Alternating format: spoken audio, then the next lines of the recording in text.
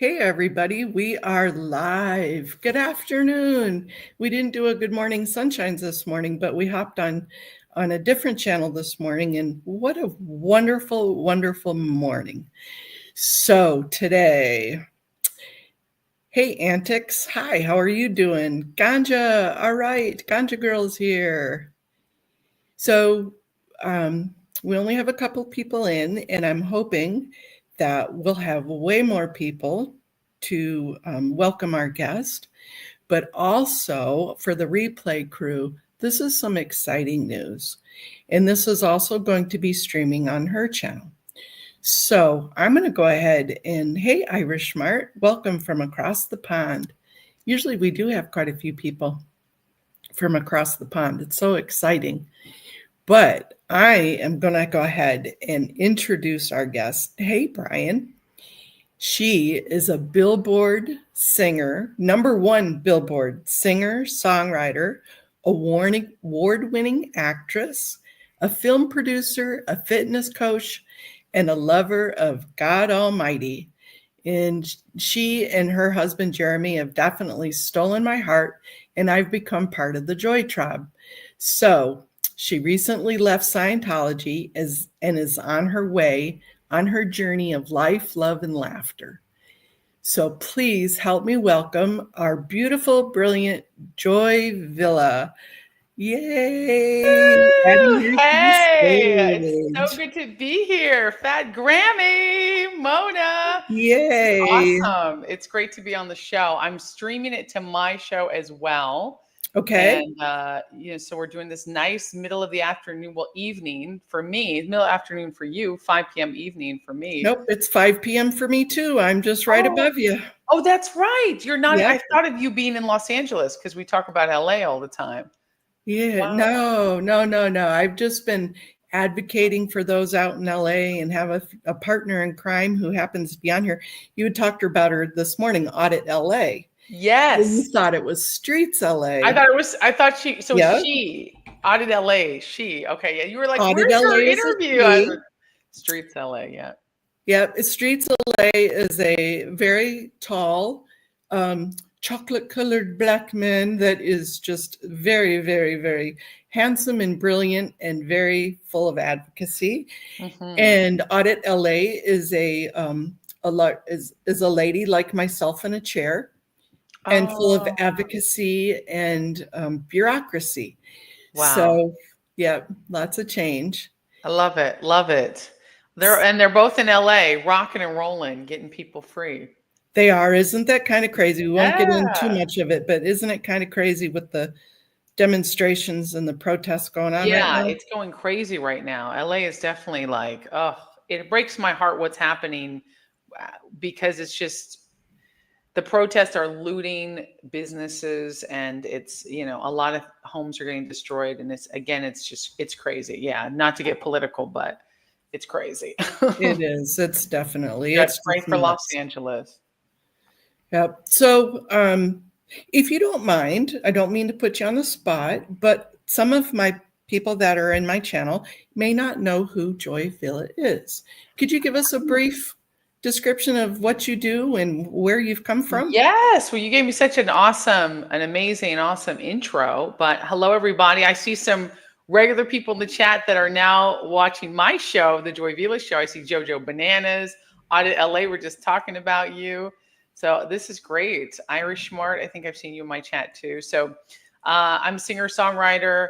And I am, I came out of Scientology. I was in Scientology for 15 years. I'm also a filmmaker, and Jesus spoke to me clearly to come out of Scientology. And I was depressed. I donated $2 million to Scientology. I was coerced to donate that. And I was married to a Scientologist, so I was very much stuck in there, and I'd go into auditing sessions. I reached the state of clear and class 5 auditor trained, audited other people, got this narcissistic personality by being worshipped in Scientology, thinking like, oh, this is going to help me be a better actor and artist, and became really sucked into that world. And it devastated me because then I realized I'd never be good enough for them. I'd never be able to achieve perfect happiness or any kind of happiness without doing more things, that the more I did, the more they told me I needed to do, that it was mental torture, emotional torture, and spiritual torture, and that I was controlled by a coercive witchcraft run satanic cult, Scientology. So after 15 years, I got out. The Lord brought me Mm. out because I cried out. I said, Jesus, help me. And I didn't know at the time what I needed help with, but I knew the depression, the thoughts of offing myself, the death around me, the spiritual warfare that I was losing, the battle I was losing. I knew how bad that felt and how alone I was, isolated, surrounded by Scientologists on a Scientology campus in the middle of the UK, very far from my home of Los Angeles. Right. And, away from family, away from friends, except for Scientologists. And I just talked to Scientologists all the time. And I was working there 12 hours a day, volunteering. Actually, not volunteering. I was spending my own money. I was paying to be there. It's different than Right. You're paying to be tortured. Exactly. I was paying for it, thousands and thousands and thousands of dollars, and selling books and working for the 12 hours a day, working in auditing for them, for their paying clientele. And I wasn't even on staff. I was on an internship. And the Lord spoke to me, brought me to Florida. I started my healing journey 2 years ago. And in February, so I hadn't done any Scientology. And I was just like, I don't know if I'll ever do that again. I just need break. I need time. But I was so ingrained with the mental, the abuse that they do. So I thought, okay, but it's good. And I was battling. I was constantly battling. I got into witchcraft. I got into trying all these different things, tarot cards. Right. I tried mushrooms, and it was my little acts of rebellion from Scientology, because Sure. That's hundreds of, well, that's thousands. That's at least 5 to 10,000, maybe $10,000 worth of indoctrination sessions I'd have to go through to reveal those crimes if I told that, right? So I was on my journey, and then finally I rededicated my life to Jesus, because I was really running from the truth. And it was only then, when I got baptized in February of this year, that my depression was gone. My feeling of wanting to off myself gone. This chasing feeling, this demonic attacks of I'm not good enough, completely gone. My anxiety, I had terrible anxiety. I would leave 20-minute voice notes to friends, like telling them all my fears, and people didn't know how to help me. And I was so bottled up in this thinking and numerical systems and this, and I have to do this, and I have to figure this out. I was my own God in my universe, and I did a horrible job, being God. So finally, when I surrendered and let go and gave it over to Jesus, I completely felt free and clean and cleansed. And I came back into the kingdom, and the Lord spoke to me clearly, leave Scientology. And I was going through healings. I had already renounced Scientology in a healing, a Christian healing deliverance. Right. So I was already like, okay, I renounce it, but maybe it'll end up still being good. Like in my mind, I hadn't fully let go, because the tentacles were very deep. The claws were very deep in me. Holding on to hope. Yeah. And I thought, and I wanted it so badly to be good. I wanted so badly for all this time and the money and the people that I knew, and the people in the suffering I saw, that I was trying to alleviate, and the fighting within. I always would try to write reports to try to make things right. And I thought, what's this particular person or this particular org? I didn't think it was the whole thing. And so when that finally blew up in my face, and the Lord told me clearly, and I was like, Lord, just tell me, obviously, if you want me to continue, or should I go OTA? Is it part of your plan? I don't want to laugh at myself. Give me the lightning bolt and the clear sign. I needed that, because I'm not the smart. I mean, okay, I'm very smart, but I'm not the least stubborn person you'll know. I'm kind of stubborn. I mean, you can tell me 3-4 times, and I won't hear it. I'm very hard-headed sometimes. So yeah, I'm a little tenacious myself at times. Right. And when you're on that path, you think you know best, and you're just going to keep going. And finally, I listened to the Lord, and he said, leave Scientology. And from then on, I was gone. I was out, like fully disconnected from Scientology. I knew what that meant. I was also scared and felt like nervous, and felt like, okay, just because I've left doesn't like permanently my mind, spirit. And I was like, it's fine. I'm not going to any org anyways, which was totally weird for me after going 12 hours a day, 6 days a week. So I'd already left, essentially. And then the Lord told me to write a book about my experiences, which I did. And it's out for pre-order. From Scientology to Christ, the escape they never wanted me to make. And that's on Amazon. And then the Lord told me to speak out about it and publish the book, right? Like one thing is to write a book, the other thing is to publish it, the other thing is to speak out and tell your story and open yourself up for the fair game attacks. And so Sure, now right. that's what I did 3 weeks ago. My gosh, it's been less than a month, I and I've know, been it's on all kinds of amazing. You've podcasts and come interviews. so far in a couple of weeks. Thank you. Oh Thank my gosh. And what I said at the beginning you. is Glory to that you're at God. the very, very start of your journey, and it's a healing journey. And I know Yes. I had a question that popped into my head when we were talking just a little bit ago, and then also from your live this morning where you had Jean Marie Davis on there. Yes. Did playing that role or filming the trailer for that, or knowing Jean Marie, did that have any effect on you of leaving Yeah. Scientology? Yeah. Big time. Jean Marie Davis was a survivor, is a survivor Mhm. of 29 years of being human and Yep. sexually Groomed, trafficked. sex trafficked, abused from age 2 to 29.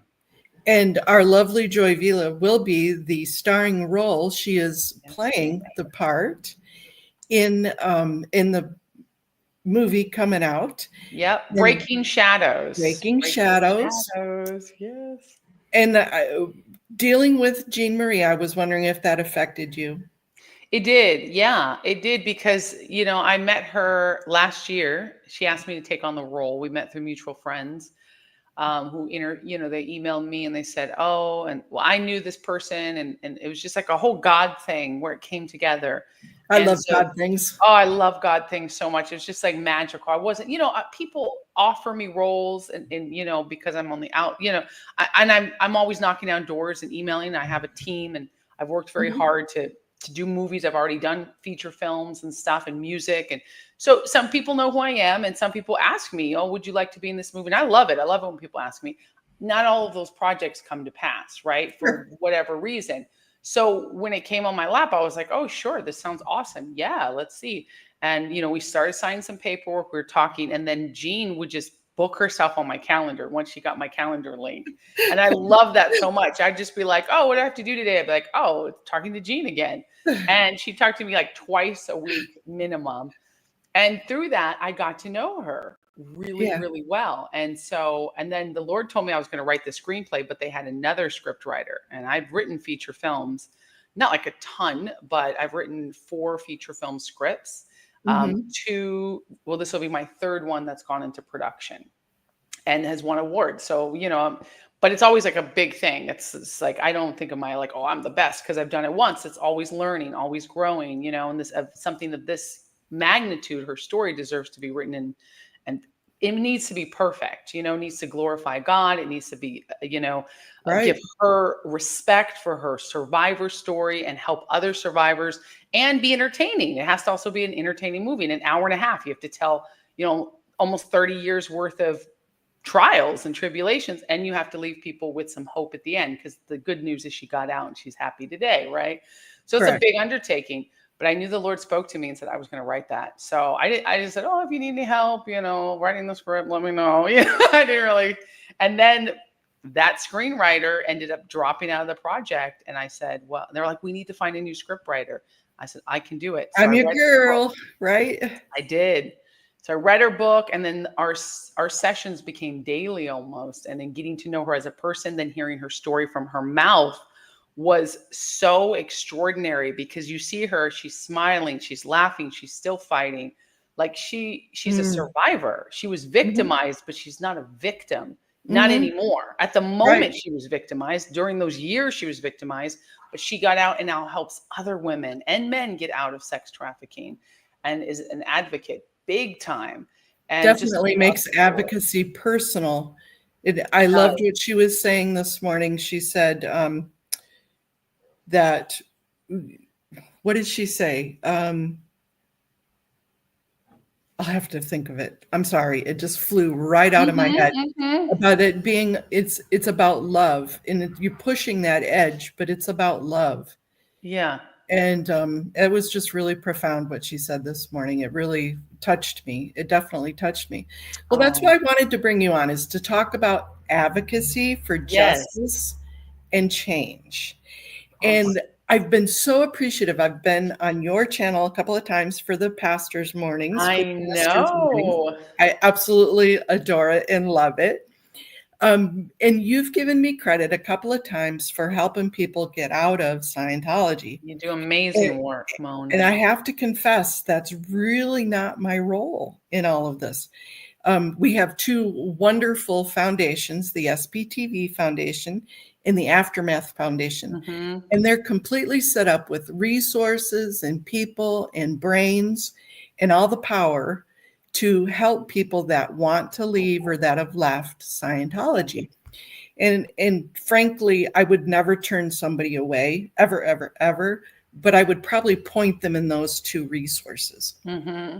Mm-hmm. My specialty and where my heart lays is advocating for justice and change. And Love it. that's where God kind of put it on me when I had seen you and we talked a little bit, and I've been bothering the heck out of you and pestering you with emails and IGs and everything else, is that there is a chance for justice and change. Mm-hmm. And you being a conduit, especially with our administration, current administration, that he said, no, you need to be opportunistic, Mona. Fat Grammy, you need to be opportunistic. And Joy Villa's heart is there, and she's my daughter, and I want you to use her also. So use that conduit and be an advocate for justice and change.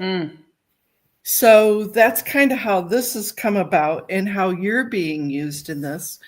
And I hope that you're okay with that and proud of that and just wanting to be like a sponge and using this for those that are survived or Absolutely. surviving Scientology. Absolutely. Absolutely. I say that on my show too.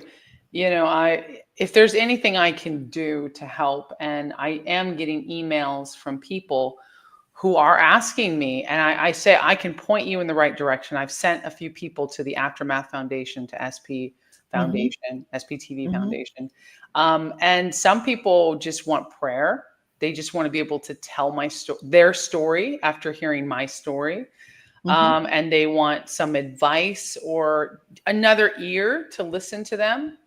And I'm finding out what my role is in this advocacy. And the one thing I do know is God wants me to keep sharing my testimony. Yeah. So I'm like, great, Lord. I mean, not for my glory, because at a certain point it's therapeutic to tell your testimony. But then at a certain point, you're kind of like, I'm tired of hearing my own story. I'm going to be honest. Like you're like, okay, do I need to keep talking about me? I think people get it, but the Lord tells me it's not about you, Joy.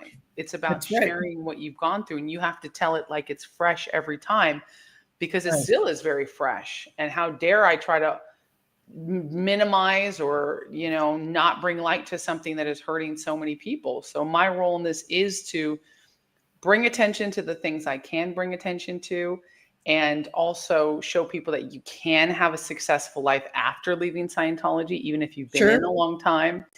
That's a testimony in itself. It is. There's healing. There's a lot of ex-Scientologists who've reached out to me who are like, hey, I left, but I still don't have, like, how are you still smiling? Like, what's going on?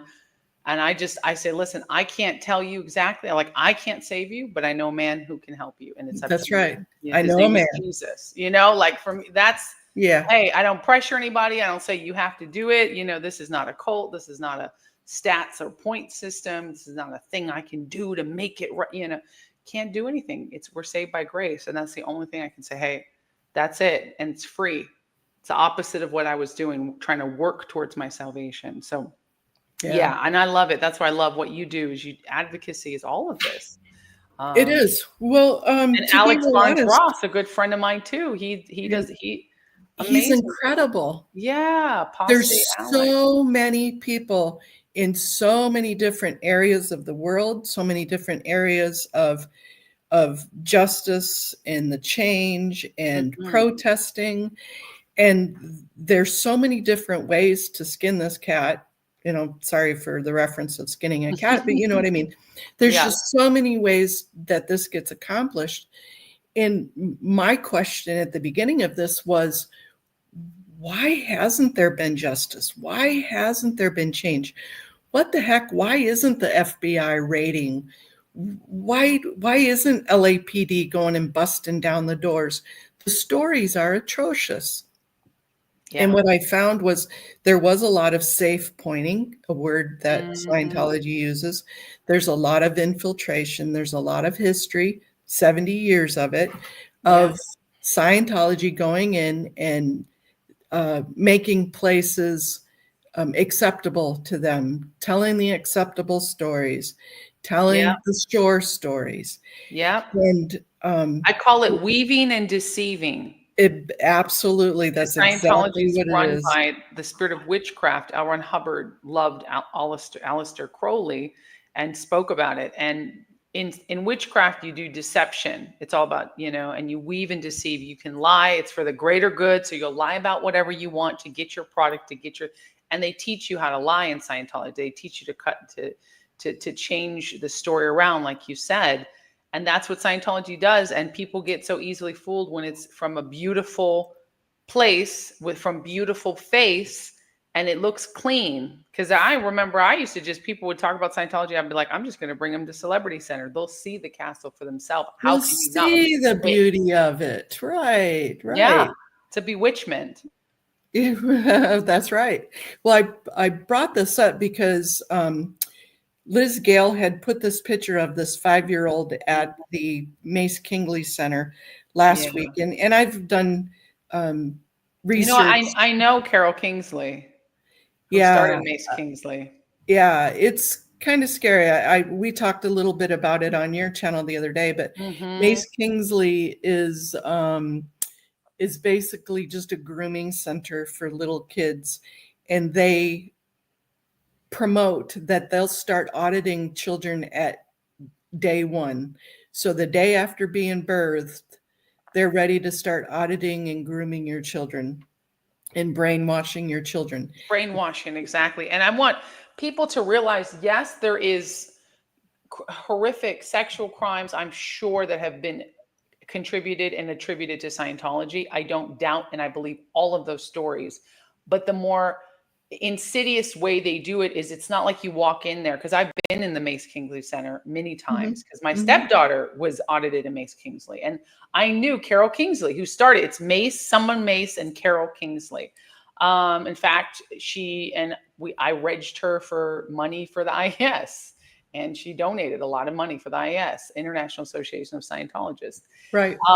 When you go in there, it is touted as it's grooming is very, like, because people don't understand how subtle Scientology is, right? You obviously do, but it's so subtle. You go in there and it's literally, there's crayons everywhere, there's kids' toys, and it's a part daycare center, because sometimes people are just watching the kids, but it's supposed to be giving the kids like crayons to draw, go in session with child Dianetics and child auditing, which at its lowest level, you could argue is not doing anything wrong. At its lowest level, they're just making the kids draw things and share, and they're asking them questions. Sure. But it sets the children up to, now they have to find it's eventually the auditing goes from childlike to more adult-like. Now you have to find crimes. Right. It sets you up to find the indoctrination, and it sets you up to believing that you're the bad one. So you never will judge Scientology, and you'll never try to get out of Scientology, because it's you who's bad. Because it set me up at 23 when I got in. I can't imagine what a 3-year-old, an 8-year-old, how that warps their mind. And you could argue, well, there's no abuse going on there, and maybe there wasn't any overt abuse, but it is abuse if you are brainwashing a child and they are growing up in the situation like that. And I think that's also why people won't believe it, because even if the cops opened it up in the middle of a session, there's nothing, it's not like they're naked or something, right? Right. There aren't any black eyes. There aren't black eyes or exactly or ripped clothes. Which So Oh, if it was like that, unfortunately, I almost wish it was more obvious because they would be shut down. The fact that Scientology knows how to, someone said subversion, they know how to lie, they know how to hide it.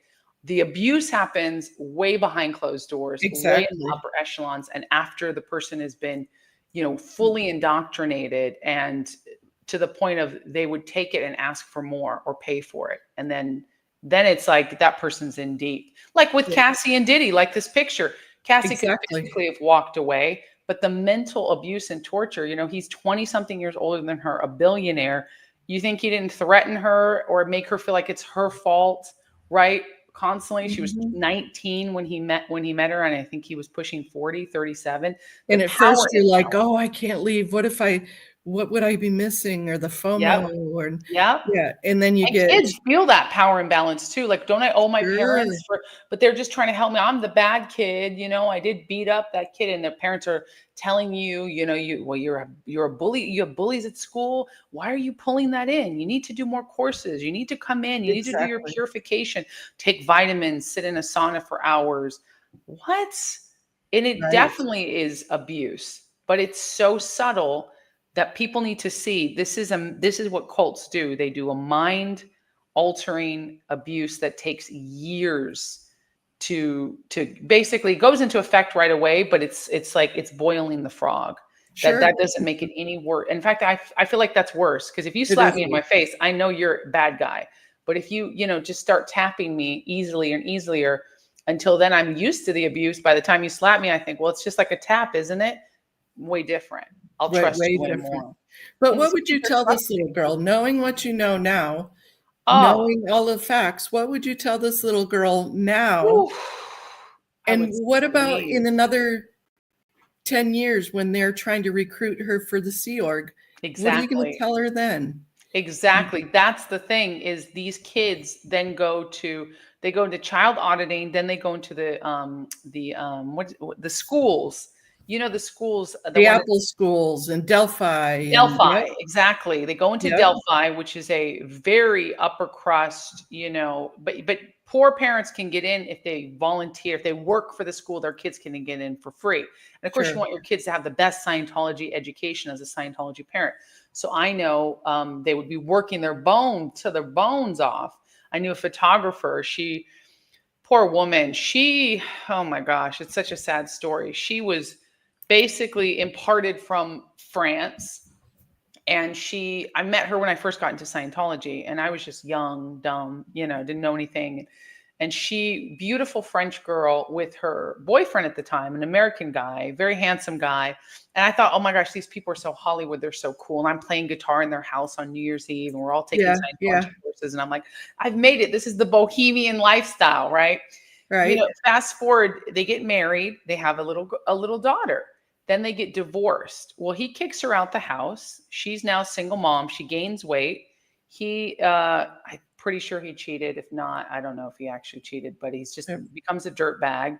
He's not taking care of the kids as much. He's going out or the daughter, and he's just doing Scientology. He's just doing Scientology. He's putting all his money to do his Scientology. Meanwhile, he's not, and I know because I knew both of them, right? And I maintained friendships with both of them, but I really didn't like the guy because he was disgusting to be around. He would always talk about himself, typical narcissist. So even in Scientology, not everybody's good, not everybody's bad. It's the same like right, right. any situation, any organization.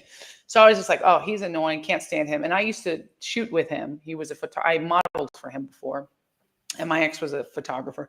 So I would hear from her, and then I realized she was going in and she was working 3 jobs, and she was working for the school as a photographer, barely making pay. Because I said, oh, you're getting paid. You must have a good salary. She says, no, my salary is that my daughter can go to the school, can go to Right, Delphi. And right. I always thought that was weird, but I thought, well, maybe there is something wrong with her case. Maybe it is her. She didn't pull it in. Now I realize he wasn't freaking giving her any money. Meanwhile, he bought a huge house, had all these girlfriends, living the Hollywood life. She stuck with the daughter and never saw the daughter with him, just like a Tom Cruise type situation. And she was working to the bone at this fancy school to try to afford her daughter to go there. And once they're in that Delphi school, so many kids are recruited into the Sea Org from there. They are, right. I cannot wait for you to have your discussion in your live with Liz Gale. I know. Gale. We'll talk about kids. We'll do it a lot with Liz Gale. I want to answer this question. You want me to answer this one? You put it on. Please do. Yes, ma'am. YRB, did your stepdaughter participate in the purification ritual, and what precautions for her medical health were taken? This is a great question. Yeah. So there's no precautions for health. You're supposed to go get a doctor's checkup to make sure you have no underlying conditions. That's it. Right. And you get guess what? You go to a Scientology doctor who knows you're going to get the okay, of course. Basically like a school physical. Yeah. Yeah, literally. That's all it is. They don't draw blood. They don't do, they just ask you a few questions and I think put you on the scale. And it's a Scientology doctor at a Scientology clinic. Like it's a clinic run by Scientologists. A doctor's a Scientologist. He runs the clinic. So everybody goes to see him. Of course, he okays everybody and everyone's on a fast time track. You're like, okay, I'm at Flag, in Florida for like 3 weeks. So, they're not going to take the precautions they would to really do a proper checkup or anything. They rush you right through. They have to. You just get this okay. And that, by the way, I'm sure is for the legal aspects of Scientology to keep their IRS standing. It's not for us. We thought it was for us, but they probably wouldn't give a care if you went to the doctor. But they have to keep their legal rudiments in. They have to protect themselves, and they probably have to report, oh yeah, everyone who's on pace has get medically cleared, right? So we start to realize too, all this stuff they talk about taxes, pay your taxes on time. It's not because we're supposed to be ethical. It's because if Scientology gets dinged by the IRS because they have too many people who are not bad PR, it would just be bad PR for them. You find all that out after and how controlling and you can't have any bad PR. You can't have that, right? You're not allowed to have debt, but they make you take out massive debts. But if you have too much debt, they ding you on that, and it's also political and crazy. It is. I do want to get into the IRS part of it. There's a little bit of a follow-up question. Do the parents get to go in with the child? Well, I wanted to answer that question for the pure. So yes, she started her purification rundown, which is a ritual. You go in and you sauna. Listen, I had a great time because I love vitamins and I love a sauna. I'm a health freak girl, but for an 8-year-old body, it was very hard for her. Right. She's special needs. She could not take the vitamins. You have to take massive amounts of vitamins. They have the vitamins for kids. So it's like half the vitamins the kids would take than the parents.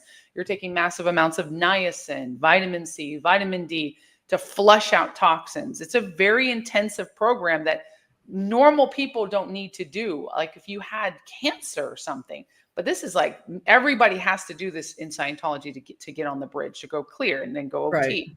So she had to do this at 8 years old. She's special needs, shows she's already autistic, and she had trouble taking the vitamins. She couldn't swallow them. So they ended up giving it to her in powdered. We had to pay for powdered vitamins. It's the whole program at Flag was $3,500 or $5,000. I can't remember. It was $3,500, I think, for her. Unbelievable. Me and my ex-husband paid for her to sit in the sauna. It didn't do anything for her. She didn't like it. And we could go into the sauna to see her, but we're not allowed to sit in there unless we're on the program. So we leave her with strangers in the sauna. And she's with other people, but they're all adults. There was a few kids there too. We could see her in the changing room, like after you comes out into the little room and stuff. And I'm like, this is not normal, but there you believe it's normal, and they're like, this is the best thing for her future, for her spiritual health. She's she's so lucky, and she wasn't damaged by it, but it wasn't the best thing. It's definitely not, like, I'm sure, like, and now what, I regret it. I 100% regret it. Knowing what I know now, I would never let her do any of that stuff, because it is all ritualistic and it's all bizarre and it costs so much money and it doesn't help the individual at all. At all. There's no benefit for a child to sit in the sauna and take vitamins for 4 or 5 hours a day. Zero. Besides what it did to her body on the inside of the organs and everything. Yeah. You never know. Right. She's too young. Like, sauna and vitamins are not evil themselves, but for 30-day program too. What? Yeah. So yeah, I did see it, and they do that very regularly. And as you're approved to start the Purif at 8 years old. Yeah. Nope. That's a big nope. Very abusive. Definitely not. So when I was looking through all of this way back when, my role in it was more on the administrative side of things for the advocacy, and knowing bureaucracy and knowing government, knowing how all of that part of it works. I thought, well, I can dig into the IRS part of it. And why haven't they revoked their status? And what I found going through all the different paperwork, a little bit boring stuff here, but is that there's 5 ways they can revoke your 501c3. And remember, you can be a church and have tax exemption, but to be the extra special is to be 501c3. So all churches have tax exemption. All churches do. If you're considered a church, Right. you're tax exempt. But in order to get the special stuff like tax breaks and property tax breaks, grants, stuff like that, you have to get the 501c3. And they can revoke that. Well, Congress can, and the head of the IRS can. But there's 5 ways only to do that. The first 4 ways are adjudicated by the IRS. And the 5th way is adjudicated by the Department of Justice. The first 4 ways are because of inurement, meaning that somebody's getting paid off too much, political involvement, stuff like that. But the 5th way is if the organization that has the 501c3 does illegal activities or violates public policy.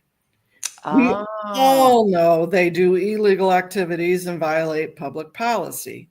Absolutely. So my thoughts were, so why haven't they revoked the tax exempt status, right? Yeah. Well, because on paper and in the courts, they're clean as a whistle. Scientology, they've had all sorts of tons of suits, none criminally, that have gone through, and all of these civil suits that have gone through have been either mitigated, taken through the court system, and all of a sudden they're going to lose, so they pay the people off. So nothing's on paper. Nothing is set in stone that they've done any illegal activities or violated public policy. So my thoughts were, okay, how do we get them on paper that they've violated public policy at least, or done illegal activities? And I talked with many people, one of which was the chief of police and several litigators, and trying to get all of that through there to get it on paper. I'm sorry, I've gone through this for like a year and a half, and I'm trying to condense it all in one little. And I love hearing you. Just hearing this, I'd love to have your questions or your feedback, or go what, so don't worry about interrupting me. Okay. But so anyways, what I thought is to get this. Now, I talked with the chief of police, the representative there in LA, and he said, no victim, no crime. I know that sounds cold, but if people don't report, if people don't make claims and accusations, they have nothing to go bust the door down. They don't see kids with black eyes and casts on their arms. They can't go in and bust a door down for psychological damage because it's not evident. So no victim, no crime. And again, I know that sounds harsh, but it's true. Yeah. Yeah. So people have to start reporting, whether it's in the past or current. Wow. And reporting it. One of the things that Audit is she's my partner in crime for a lot of this stuff. But one of the things that we prayed on diligently, we did a fasting and prayer on a Shabbat, was that we would find a legal team, a lawyer, that would be willing to take this on, because so many attorney firms are, one, scared to death of Scientology. They've seen the litigation, they've seen the errors, they've been retained. So many of the firms are retained so that way they can't go against them, right? Wow, isn't that crazy? So we ask for God to drop one in our lap. And Amen. like in a day, we had one of our viewers emailed me the Mormon podcast show that had gone on of this attorney firm, Andrews and Thornton, and that they've taken on the Mormons. Ooh. They've taken on the Catholic Church. They've taken Awesome. on the Boy Scouts. Awesome. So they ain't afraid. They're not afraid. So they can take on Scientology. So I started a conversation with them, and their specialty is sexual assault, sexual abuse, hiding sexual predators within an organization, sexual exploitation. So a lot of the sexual nature claims. And again, I played more of a matchmaker with this. I'm certainly not, it's not my case. It's not anything that I'm doing. But I went ahead and opened up the conversation with them, and they began the investigation. So I'm gonna pop them on here onto the screen. They are taking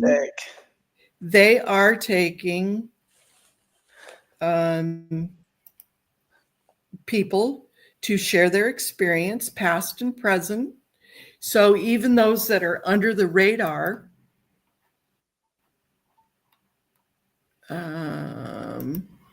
they would love to hear stories. Now, justice comes different for different people. Andrews and some Thornton. people, Awesome. Andrews and Thornton, and oh, here's a picture. Let me pop that back up here.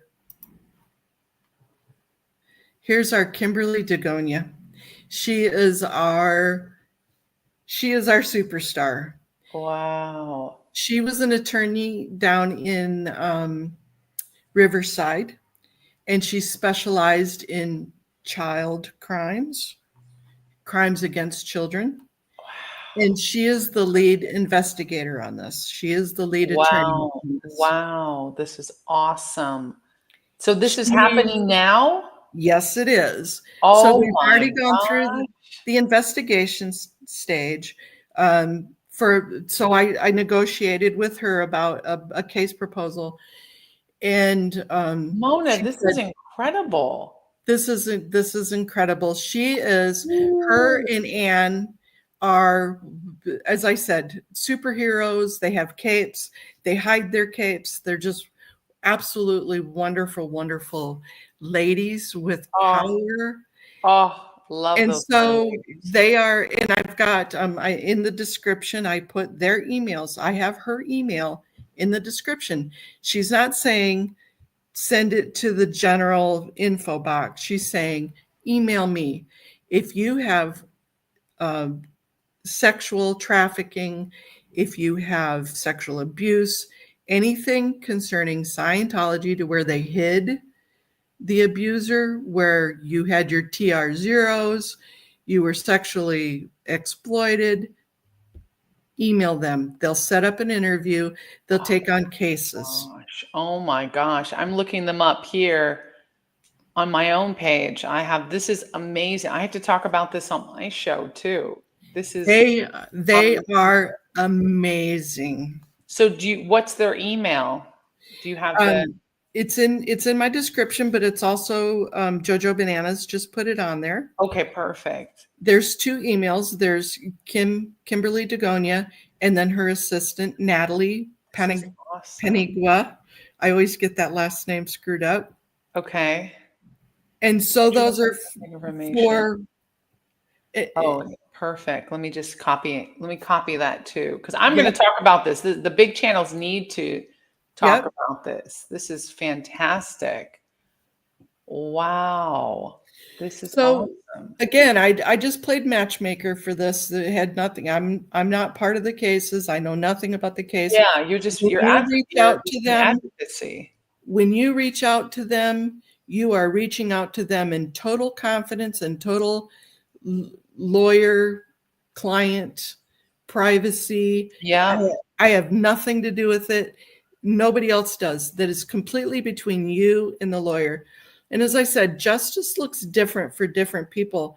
I have a few people that were sexually abused in nature, trafficked in nature, and it was way, way long ago, way too long ago to be part of the statute of limitations. But Mm. justice for them was being able to tell their story to Yes. somebody that might help. Tell their Yes. story. Maybe it's going to show, maybe they could just be a witness of pattern and precedence. Wow. But it was telling their story. And to me, to them, that was their justice. They know that they'll probably never sue, they'll never have a civil claim, but Yeah. just being able to verbally tell somebody to get the weight off their shoulders, that was justice for them. So Yeah. to me, that was just, God's just really put it in my heart to do that. Wow. So Praise God. that's claim one. The second thing we worked with is a lady you haven't met yet. She's been kind of taking a break. Her name is Miriam Francis, Okay. and she's from Australia. And her story is very open, but her and I have talked quite a bit about what can we do? How can we help? How can we get justice? And there was a suit that just went through, an FBI Department of Justice suit. It was the United Nation of Islam, and I'm gonna pop that up. Told you there's lots to wrap your head around here. So Mhm. please don't. Um, da da da da da. And now it's not going to be on here. Let me see.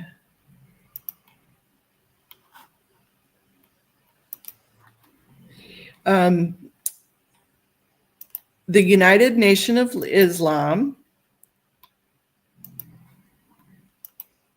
basically is Scientology light.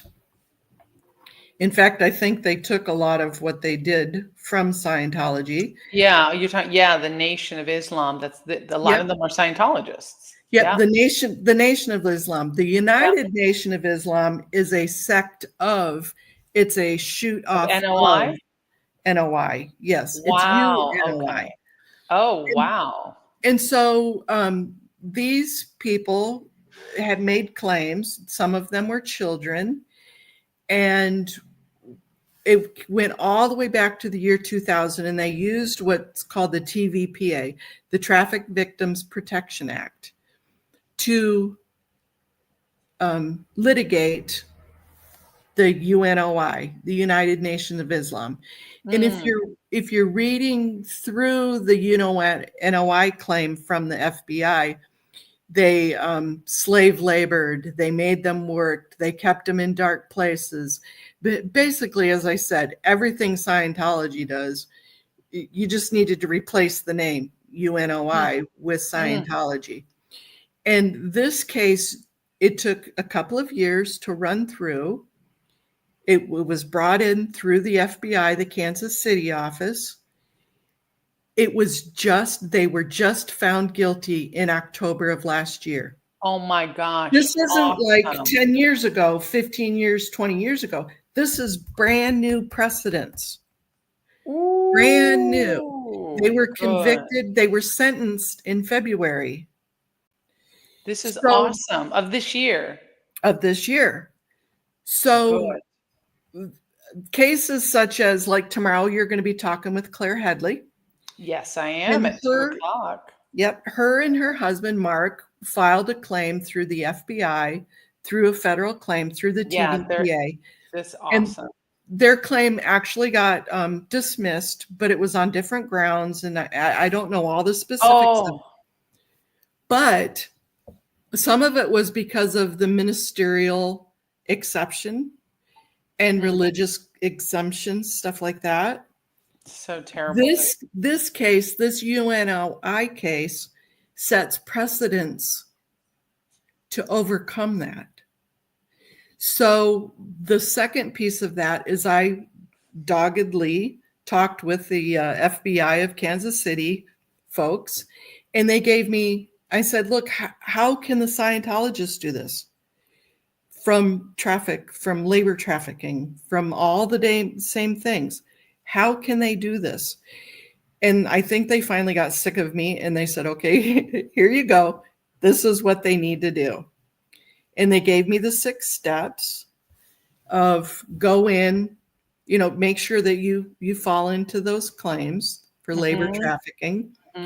Go in, hand them a copy of the UNOI claim and say, look, this happened to me, except for it was Scientology. Tell them your story, give them your claims, tell them what happened, and people need to start reporting. Why is this so important? Well, one, no victim, no crime. Again, if you're not reporting, if you're not telling it, a sad story is just a sad story without evidence and reporting. Yeah. As I said, I don't mean to be harsh. No, but that's true. Legally, those are that's just how the they look at it. facts. Yeah. And without having reporting, without having these lawsuits go through, Scientology is still going to look like they haven't hurt a soul. They have nothing on record. Yeah, because nobody will make those record. They won't report those record. Like put it on record. You have to report it. You have to write it out. Sure. So that's been my mission. That's where I've been with the advocacy for the justice. I love it. And then the change. What am I going to tell that 5-year-old girl? Yeah. How do I make change? Well, by 6 members of a former cult convicted of forced. Is that what it says? Yep. Forced. They were convicted. Yeah, they were convicted of it. The leader was convicted. His wife was convicted. Wow. Other high-ranking members were convicted. Yeah, it's amazing. And this sets precedents for that. So and they supposedly had their religious exemption too. Which is crazy. It is. It's just nuts. This is not what religion exemption was made for. It wasn't to protect the evil people. It was to protect the good people who are helping. And it's being used in such a twisted way. It has to be looked at again. It has to be changed. The Supreme Court already said, this was years and years ago, it was Massachusetts versus the United States. No.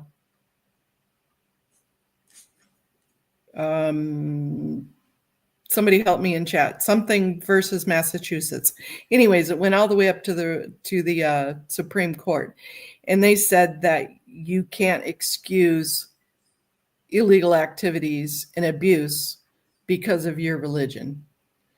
So that's already been decided. That's already a done deal.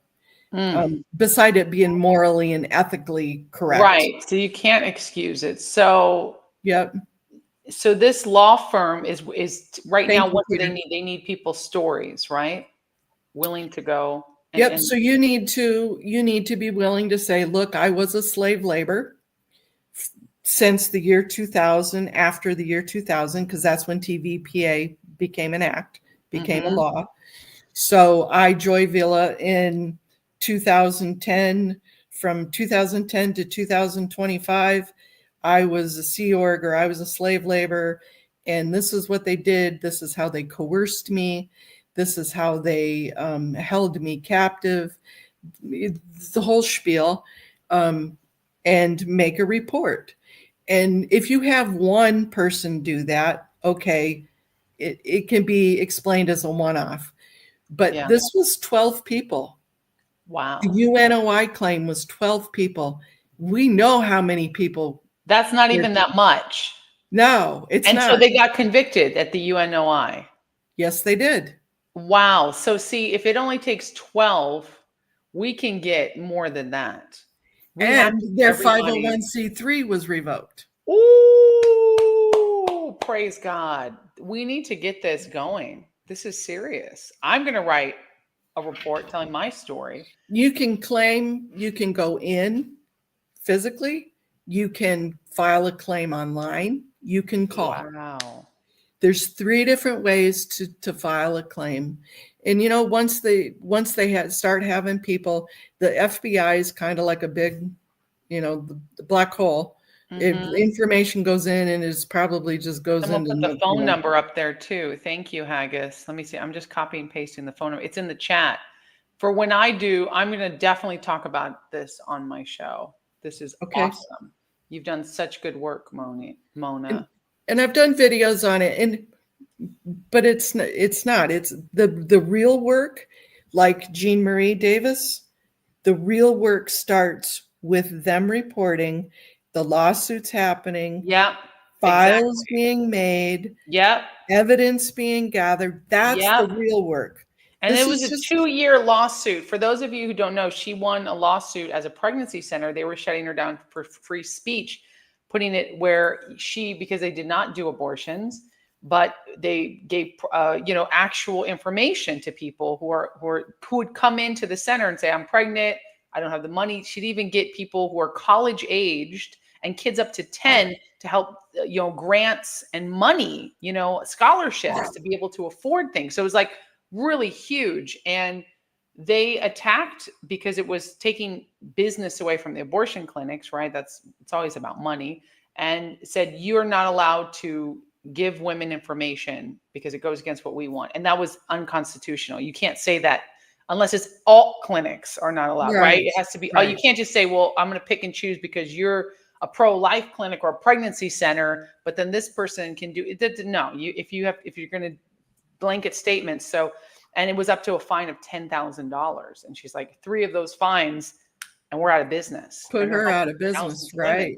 So this was unconstitutional. They got the Alliance Defending Freedom to take on the case, a Christian law firm who supported pregnancy centers and believes in that. It's literally unconstitutional. It's First Amendment rights. You can't tell a woman, you can't prevent a pregnancy center from giving women choices. And they literally gave them choices, information on everything, and let the women choose and decide. Mm-hmm. So you can't say you're not allowed to do that because that's what they do. They give educational, informational choices. And even if the woman walks away and gets an abortion and comes back, they would still help her with aftercare, physical, mental, emotional, whatever she needed. Sure. So this isn't us versus them. This is literally care for women in need.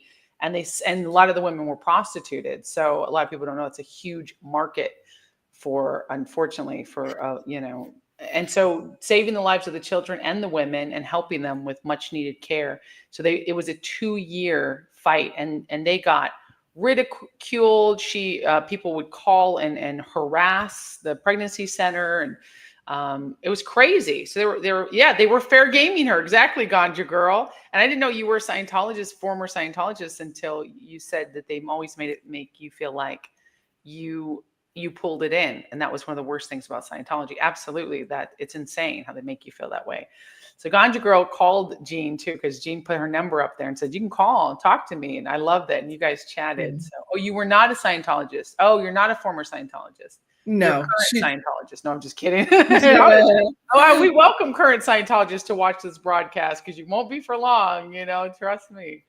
Oh, I misunderstood a typo. My bad. Okay. So you just know a lot about it. You're an advocate, which I love that. You're never in, but all in. I love it. Love it.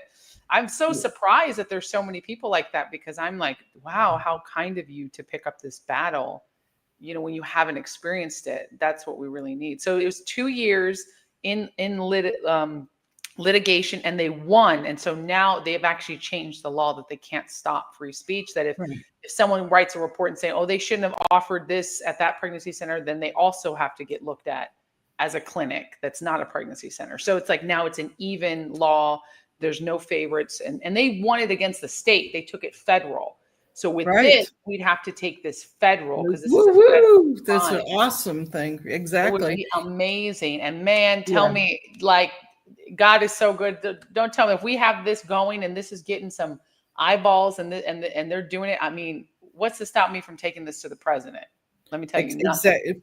Thank you very much. I told you at the very beginning, that's where God's kind of put you Yes. on my heart to be a conduit for information, to get it there. Praise And, God.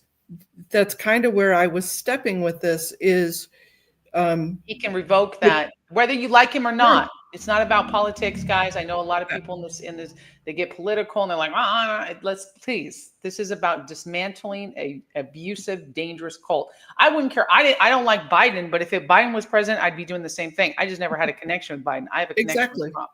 exactly. So, and I work with the faith office and have been, It- just came back from the White House a couple weeks ago and told them I've left Scientology. So they know, they're watching, and there's a Mhm. huge push for ministry. And the reason this is such a big deal, I want to say too, is like, it's not because we want everyone has to be a Christian. It's not about that, but it's because Christians, by their very nature, should be doing this, are supposed to be taking care of the weary, the beaten, the downtrodden. And Christians hate cults, and Scientology is a cult, but they think it's just a religion, belief of religion. If you don't tell them, no, this is actually a satanic, harmful, abusive cult.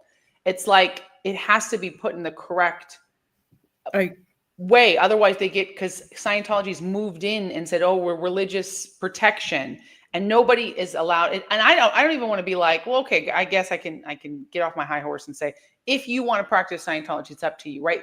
Legally, Sure, you have to say that, sure, but you sure. need to know what your religion is doing to people and how they're protected. And I actually don't think anybody should be practicing Scientology. And I think if they knew the truth, they wouldn't.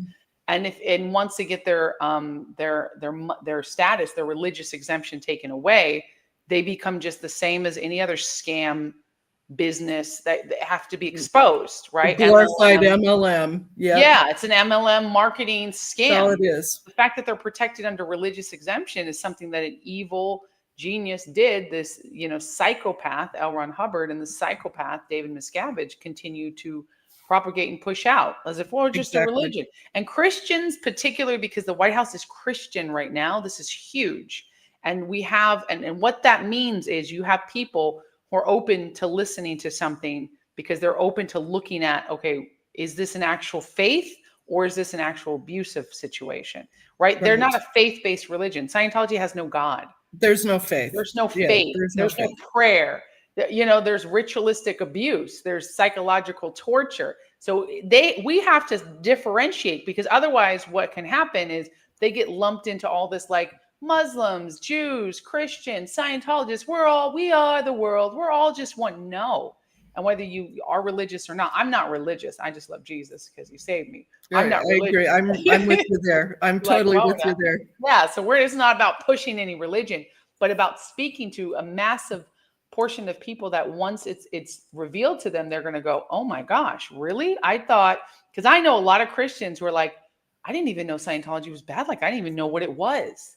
Right? Because when Just you're a thought it Christian, was just some crazy religion that thought of science and yeah, aliens. yeah, you think, I okay, agree.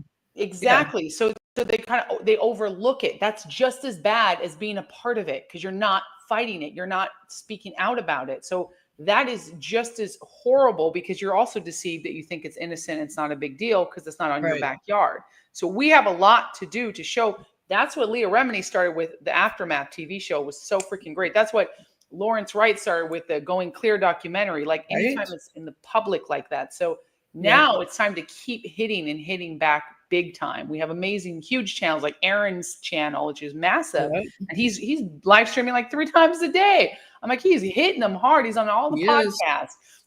Me coming out, I'm hoping my voice adds to it. So it's a collective group. Mona, your research, what you've done, this is huge. This is amazing. This is and us putting this together. I got to get with my prayer team. Minister Natalia, I know she's going to love this, because someone has said I should start a foundation as well, and I think I would like to help anything that helps, and that's just get Mhm. some volunteers to help and do some stuff. But I forgot who said that. But she's like, they said, oh, I think that was Jojo That Bananas. was JoJo. And Yeah. people have been saying that. I'm like, I'm praying about it. It has to be a God. It can't be a me thing. It wouldn't be a me thing. It would be something to be helping others with the correct. One thing I do know what I'm going to do is I'm going to dedicate a page to my website that has all this information, because people keep asking me for the links, because I'm like, Google it. Oh, Go that's for an it. excellent. That's an excellent. And Yeah. you have a big part like with IG and Facebook and Mm-hmm.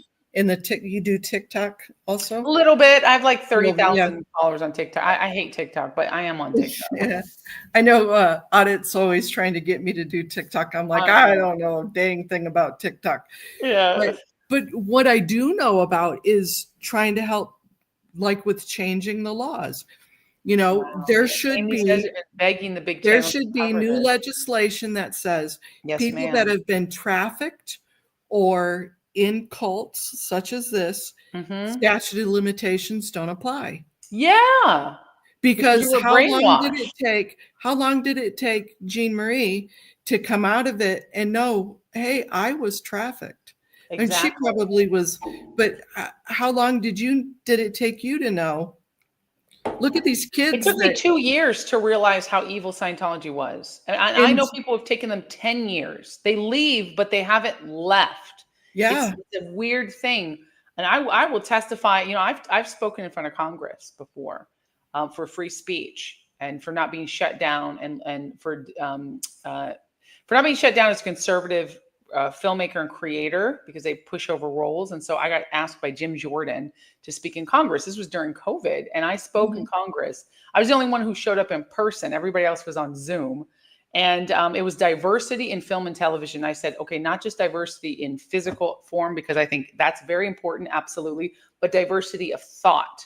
And I get discriminated because of my strong beliefs, right? I used to be way more political. I'm not political. I'm more ministry minded, advocacy minded, right? Mhm. Because politics is not going to save anyone. And it's left and right is a mess.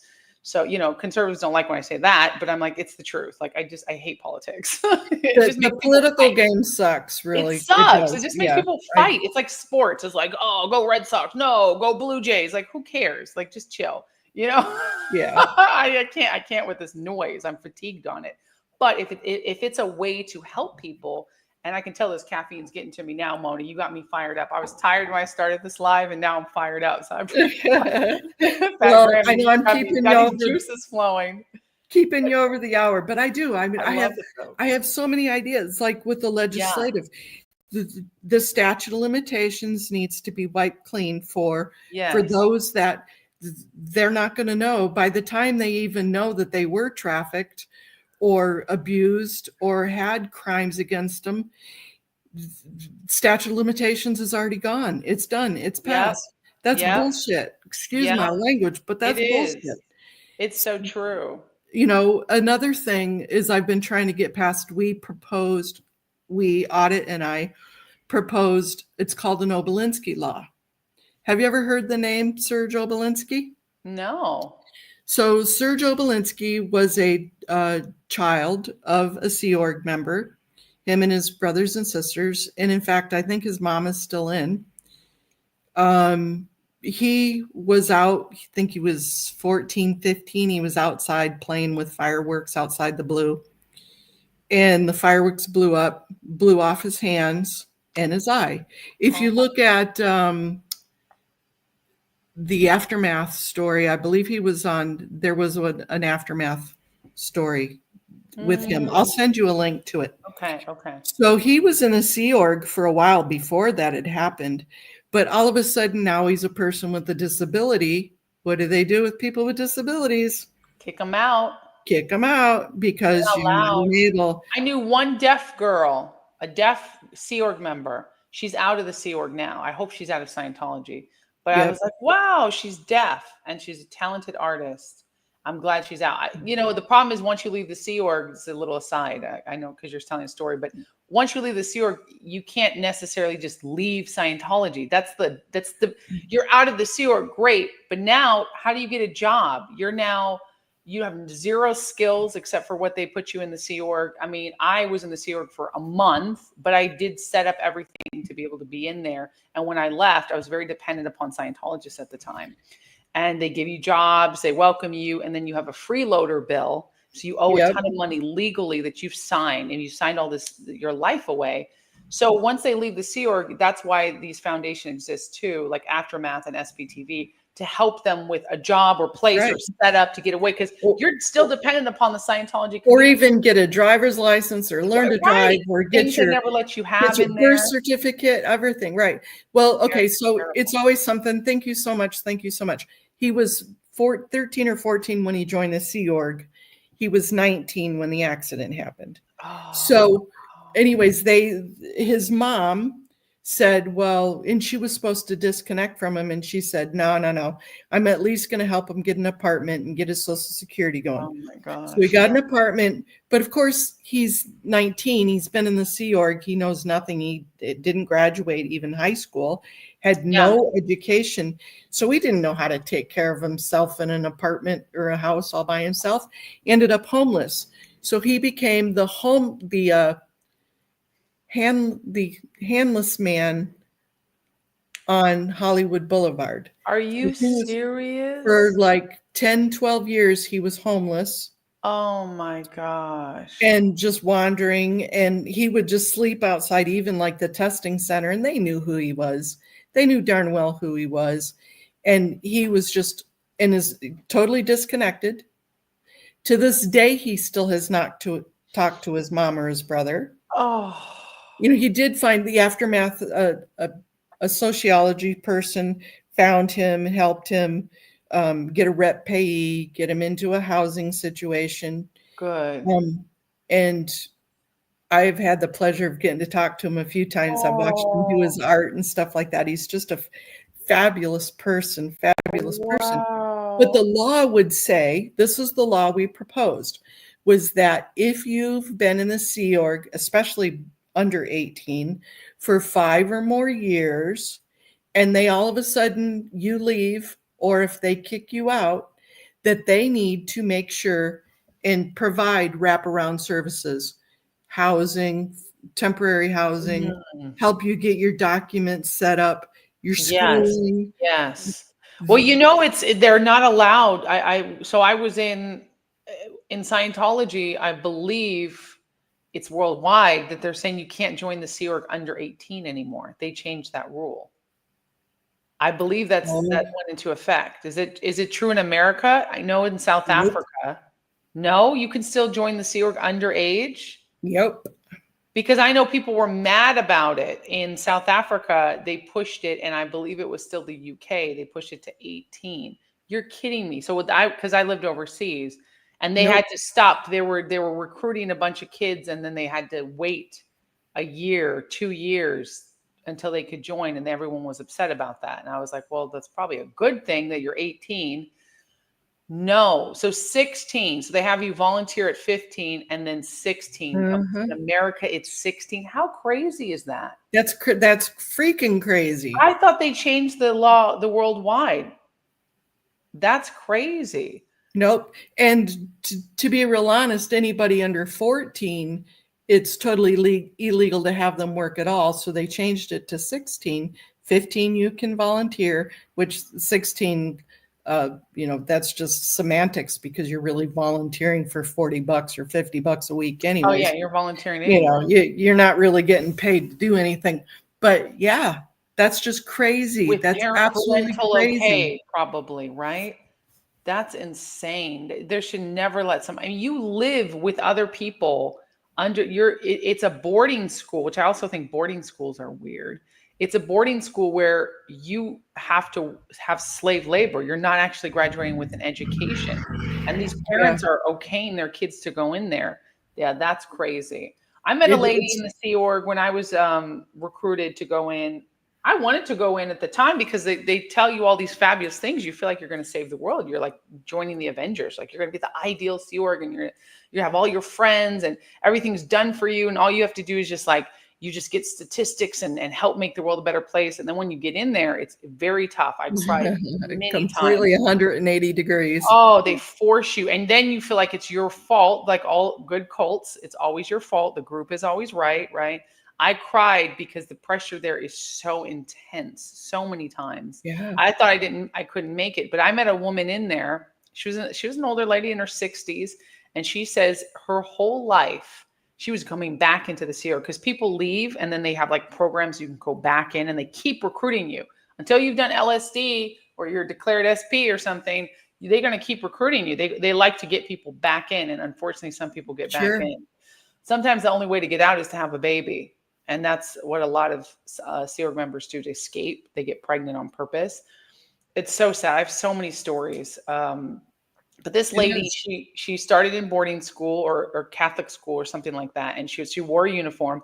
Then she became a nurse and she wore a uniform. And she said, and then she joined the Sea Org at like 18 or 16 or something. Back in the day, she's now in her 60s. She says she's worn a uniform her whole entire life. That's amazing.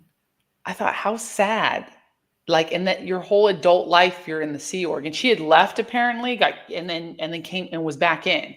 And I was just like, and you think, okay, well, it must be good if people are coming back in, right? And then they make it this elite place. So you feel like you should come in and you should stay in. And this is the most elite, but it's the most tortured. It's the most traumatized of Scientologists.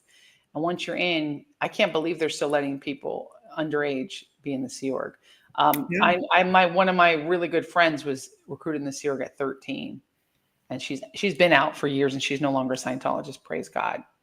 But yeah, she was recruited at 13. She was a runaway, and that's how they got her. They get traumatic. They feed on your trauma. It's so satanic. It's so evil. It's like a horror movie. Like these demons. Right. It is.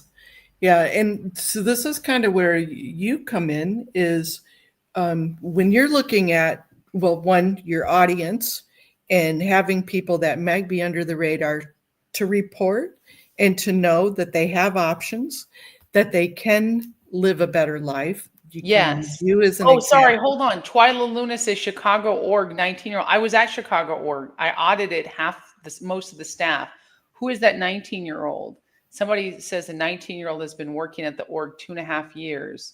But I don't think he's Sea Org. Not if he's in the org staff. Do you know his name? And Twyla, sorry, in the chat. That's okay. Nope, that's fine. Yeah, because I know a lot. I know hundreds of staff members. But I'm like the worst person at bringing up chat and Chris. Yes, I audited Chris. Him and his brother. Oh my gosh, I audited Chris. Do you know Chris? Oh my gosh. Poor Chris. Chris and his brother, sweethearts. I think his brother's 21 or 22 and he's 19. Yeah, they are so poor. They didn't have enough money for lunch, and they're working on it's actually almost worse when you're on staff because you don't get paid anything on staff. You're supposed to make a percentage, and you have to pay completely for your own room and board, your own food, everything. In the Sea Org, they do house you. It's the torture's terrible. But on staff, you still work like 12-hour days, and they don't house you and they don't feed you. At least in the Sea Org, they house you and they feed you, but it's because you're signing on your life. Like you're not supposed to ever leave. Staff, you sign on 2.5 years or 5-year contract. I've been on staff too. Current video out about Chris. What? We'll have to find that, Twyla. We'll have to find that. Yeah, please. Oh my gosh. If he's out or what's going on, because Chicago org, what a weird, twisted place. I audited. Yeah, I've got stories about Chicago org. We need to talk. Yeah. That was only like a year and a half ago I was there. And I audited almost all that staff, did some intense, not at the new Chicago org. I audited the staff. Oh, it was before they opened up the ideal org. Right before they opened up the new Chicago ideal org. It was the old org, but it was the whole, they were doing a Scientology mission, and I was helping recruit, and I sang for them. And anyways, they recruited me to join staff, and I was in such a low condition mentally and physically. I was depressed, and this was when I left the UK, and I was like, it's not working. They're like, in Chicago, you can finish your internship, and you can join staff and you can audit. They wanted me to audit all the NOIs because being an auditor is like a huge thing. And they're like, there's tons of Black people here and you can do your art. It was a friend of mine from the UK. She called me and she flew me out and said, I want you to sing. It was a trap. So I came out and I sang for their event. I knew it was going to be a fundraising recruitment event.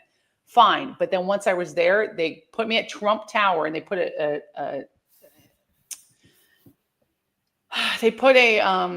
what's it called when you sign your signature, a contract for staff in front of me, and literally would not let me leave until I signed that contract. And they peer pressured me. Now No I'm coercion whatsoever.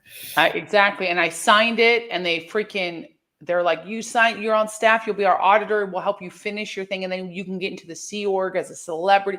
Like it was insane. I was so desperate. So what I did is I audited, I did a lot of requirements. I took in session Chris, who's so sweet. His brother plays piano, very talented piano player. They're just lost boys, very lost boys. Their family just basically abandoned them there because they're there all day and they're skinny. They're trying to, it's terrible. It's terrible. I had to leave Chicago after 2 weeks. It was very depressing too. The old org was in a basement and it was like, I was like, oh my gosh. But I was there just auditing these guys away. And it was all Sea Org there on this mission to then get enough staff. All I was a recruitment device for them. Right. And I actually said, I'm not going to do this. This is not, I left. I said, I didn't know what I was doing. I don't want to be here on staff. That was not my intention, guys. They hated me. There's tons of reports and they kept trying to get me on staff. They wrote reports on me. And I was like, and you're not supposed to recruit celebrities. I mean, that's what they call celebrities if you're known. But they were so desperate and they wanted a Black auditor. And again, Scientology, extremely racist. They've told me that more than once. We want a Black person here. We need a woman here. Whatever floats. You checked all the boxes. I did. And I was so desperate at the time. And my girlfriend was there. She flew me out and said, just sing here. It's going to be great. Volunteer time. I'll put you in. My friend has an apartment. They gave me the keys to an apartment. It was all an elaborate trap. I haven't even talked about that in Chicago org. And it was pretty tough to be there, but I felt really bad for those kids. I'm sorry you had to deal with that. I truly am. Oh, I did not stay long in there. Oh my gosh. A video came after a protester in Chicago because a Scientologist bumped into her chest. Oh. Well, it was Nancy Drew, and she was protesting, doing some chalk drawing. There's a whole bunch more to it. I want to see that. She ended up, he said she touched her with her boob. And so it ended up, we called it Boob Gate. And with Chris? No, I don't think it was Chris. It was a Scientologist. Chad, I think. Chadwick was his name. Oh, they're so influential in Chicago. Well, that new Chicago org, they're not really influential in all of Chicago, but there's some major mega donors in Chicago. They push hard for the staffing, and now they've opened up the org. There's some definite funny money that goes through Chicago org, but as I said, we need to have a whole different conversation on that part of it. We do. So there's just different legislation, different laws, different agreements. In 1993, when they got their 501c3 status back, under Bill Clinton, the agreement that they made with the IRS and with Congress was, we pinky promise, since 1986, we haven't done any illegal activities or violated public policy, and we never, ever will again, which is bullshit. And we all know that. So there's ways for us to go in and get that revoked. We just need to have the filings. We need to have the evidence. We need to have the reports done in order for you, little Miss Joy, baby girl Joy, to go into Mr. Trump's office and say, darling, they have violated public policy. They're doing illegal activities. Here's the proof. Here's our stats. Yes. It'd be funny if they get taken down by stats. And this is where we need to go.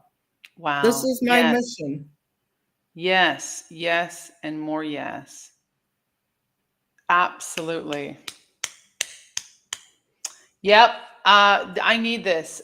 Anything you can do to put this stuff together and then just be my researcher on it. And then we'll put, like you said, I'd like to get 50 or 100 letters. Sure. Let's get a stack of people and everybody from, like Leah's show. We have to get all the old school guys too, and the new ones that have come out since then. People who are willing to do, get an affidavit, right? Testify. I have to call this place, this lawyer, this law company. It's a lot. I didn't realize you dropped a lot. You dropped a bomb on me. I did. Vegas. I'm sorry, but this is what I've been trying. I've I been love like, it. No, I okay, love Joy, I need an hour of your time. Let's do this. it. She actually gets Let's me. do this. But I can't say no to Mona. I cannot say no to Mona. Andrews and Thornton. Okay, so please send me an email with all the contacts you have. Maybe you can connect me and say Joy's willing to help out, right? I sure will. Awesome. And then we'll see what we can do. What we need to see what they need, the law firm, to solidify it. And then we build up the case, right? This is all I know from watching TV shows about law. I don't know a lot about law, but I haven't worked on litigations. Even though I've worked in Washington on a few things. And so with the Andrews and Thornton, it's more of a what they did with the Mormon case, the LDS case, is each individual case is a case on its own accord. So Joy goes in and she makes a claim, she does a civil suit, and then Mona goes in and she does a civil suit. They're not joined. What they do is administratively they're joined, so they have one judge that's overseeing the separate cases. And they could be both of us are in California or somebody's in New York. Are they willing to do this pro bono? Yes, they are. Oh my gosh. Wow. How did you do this, Mona? How did you get them? God, only God. She already freaking, she's slick. She got it done. She's like, yeah, let's go, Joy. How can I say no? No, God did this. Nope. Wow. This is praise God. Praise your holy name. Thank you, Jesus. This is incredible. Wow. This is awesome. Mona is a superhero, says Ganja Girl. This is awesome. The chat is lit up. I really hope Trump can eventually help. Me too, Ganja Girl.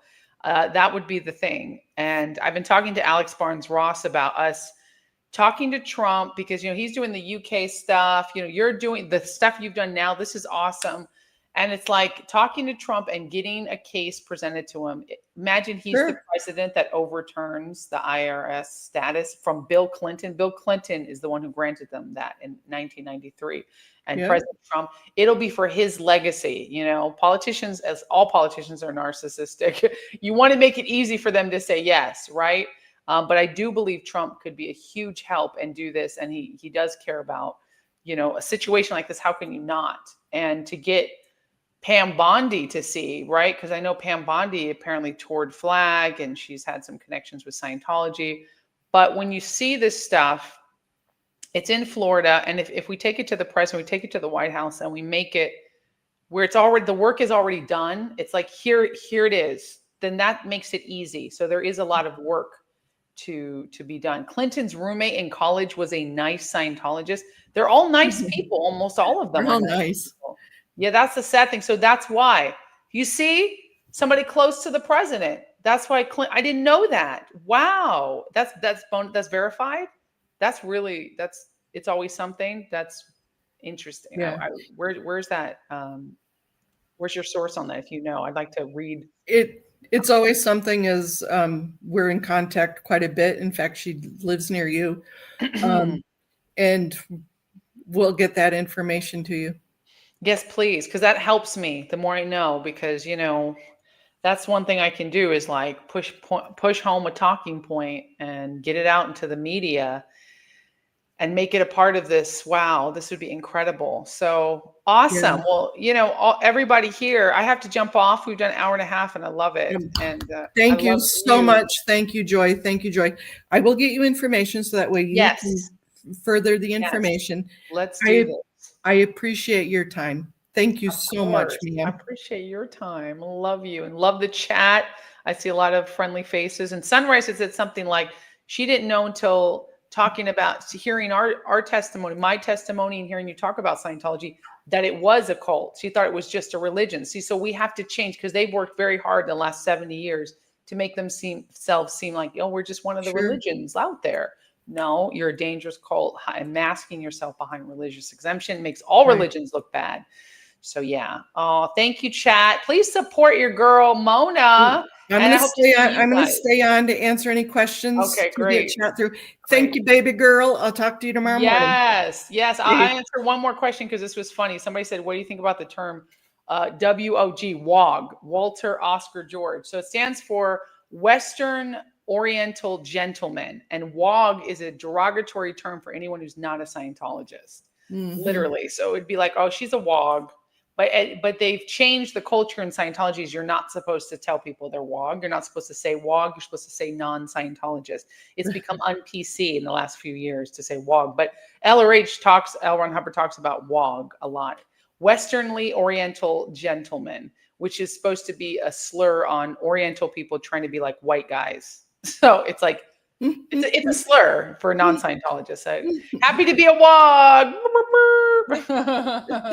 And an SP, an SP and WOG. An SP, exactly. WOGs and SPs unite. So stupid. All right, guys. Love you. Thank you, Mona. We'll be in touch. I'll see you guys at 9 a.m. Eastern tomorrow. Everybody jump on my show. We'll talk about this. Bye. Bye, Joy. Bye. Okay, big face. So I really apologize, you guys. I did not keep up with questions and just totally did not get to the protest part of it. I am so sorry. We got to talking too much. But she's been advertising and promoting the protest. Sorry, Ganja. Sorry, Audit. It is. It's a racial term in non-American English-speaking countries. It is. Yep, that's what the WOG is. And I did not look to see. Let me go back up a little bit here, see if I can catch up with everything. Again, I am so sorry. I get to talking and then I can't multitask. Let me see if there's any questions that were run through here. They were probably for her anyways.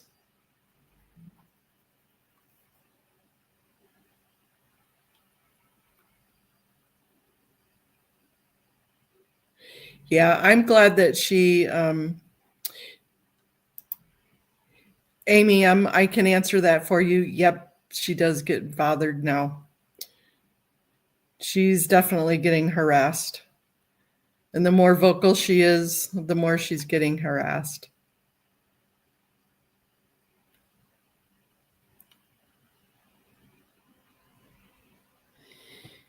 That is a good question, Amy. I'm not too sure if Jean Marie has sought justice against her traffickers.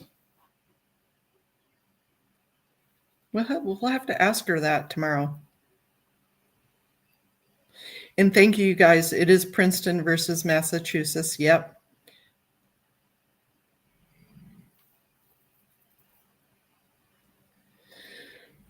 Oh, you guys, that was a great conversation.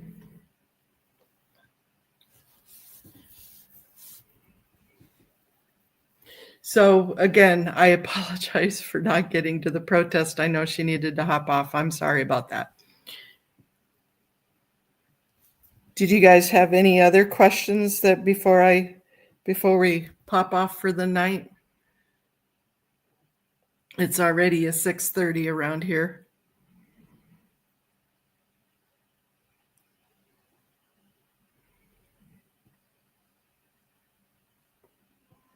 Okay, you guys. Well, I will.